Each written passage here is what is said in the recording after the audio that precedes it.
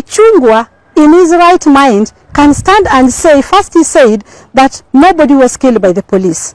But there were bullets. Almost out of the 16 deaths that I saw in Kisumu only, in one day there were 16 deaths. The 16 deaths, 14 were out of bullets, 4 were out of blunt object. Are you trying to tell me that these people died out of imagination? That this is not a real story, this is a movie for him? Ichungwa, I know that you're defending your government, and I know you dare anything to die because you know this government is illegal. This government is unfair. This government is not just. But as much as you do all this, touch your heart as a human being. There are mothers who are mourning. It was a sad moment when we saw the dead in that mortuary, young people below 23 years. And you have the audacity to stand and say that those people either were killed by Azimio goons, or they were, I don't know who killed them, because you're saying the police did not kill them. Stop diverting our attention.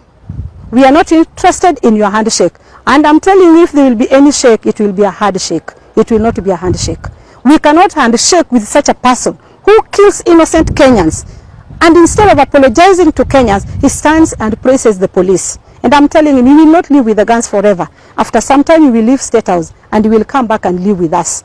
Even Ichungwa, I can guarantee you, the next election you will be home because you're doing what is against the wananchi that voted for you. But because you're interested in your pocket, enjoy while it lasts. We are waiting for you. Because majority of Kenyans are saying the standard of living is low for us, and again the price of food is too high for us. So unga is number one agenda. And Ichungwa, you know, Ichungwa can eat spaghetti, can eat chips. He goes to Statehouse every day. He lives with his handbag and pocket full. It doesn't pain him. It doesn't pain him at all. And many of Kenya Kwanza, including MPs who were elected in Azimio, they don't see the price of unga as something that should affect them. Because every day they go to Statehouse, they live with their pockets full. They can afford any unga they want. Ichungwa can have breakfast in US, have lunch in UK, have supper in Dubai, come back and sleep in Karen. Nothing bothers him. All that is taxpayers' money. Who was he before he came to parliament? He was a nobody.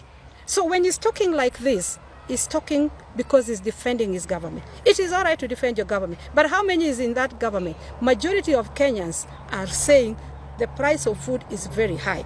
Majority of Kenyans are the ones who are going out to do the mandaman. And if you believe that what we are doing is wrong, then why shoot us? Why don't you arrest us and take us to court and charge us instead of killing our youth? Okay. So when first Azimio Constitution put down the panel that was supposed to sit and discuss the issues that are affecting wananchi with the Kenya Kwanza government, the number one issue on that agenda was unga.